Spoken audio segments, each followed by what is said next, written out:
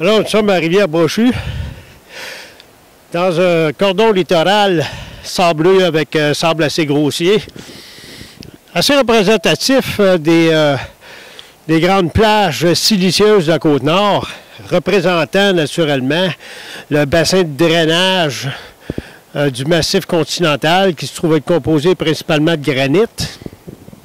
Or, ces grandes flèches littorales sont très sensibles à l'érosion des berges, surtout avec le réchauffement climatique et les grandes mers automnales que nous vivons périodiquement, dont on a pu voir dans une séquence vidéo précédemment. Or, notre principal allié pour contrer l'érosion dans un pareil cas, c'est naturellement les limes des sables, ici présentes. Donc, ce cordon littoral composé principalement des limes, de par le réseau racinaire, très entrelacé, profondément enfoui dans le sable pour aller chercher, naturellement, la plante va chercher son humidité. En ça permet, lors des grandes mers automnales, avec le prisme des marées et surtout les marées hautes, de freiner, de retarder considérablement l'érosion ou la mécanique des vagues qui vient gruger un peu plus de terrain à chaque saison. Donc, ça stabilise le talus, d'une part, et aussi le lime des sables a déjà été par le passé une source de nourriture, notamment pour les Islandais. On peut le voir, ça ressemble beaucoup à du blé.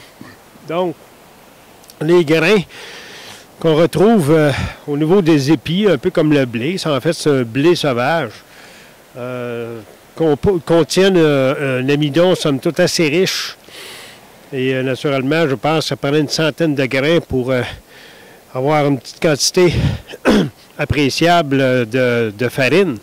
Donc, dans les grandes périodes de disette que l'histoire humaine a connues au cours des temps, naturellement, le lime des sables a comblé une partie de ses besoins alimentaires lorsque se faisait plus rare la nourriture. Donc, c'est une plante circumboréale qu'on retrouve presque à l'ensemble de l'hémisphère nord, que ce soit en Russie ou ici ou encore en Alaska. Cette plante très coriace sécrète naturellement un film blanchâtre sur ses tiges et ses feuilles pour se protéger naturellement de l'eau salée. Donc, c'est une plante halophyte. Donc, de cette façon-là, elle se protège elle-même contre l'abrasion du sel, la dessiccation et naturellement, elle devient très coriace, ce qui permet à cette plante de gagner du terrain.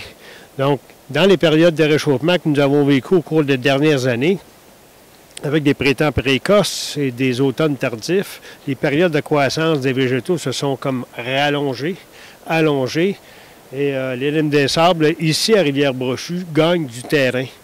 Alors, depuis 1989, on peut voir, il y a peut-être une 15 ou 20 pieds de terrain qui ont été gagnés grâce à la colonisation de les limes des sables.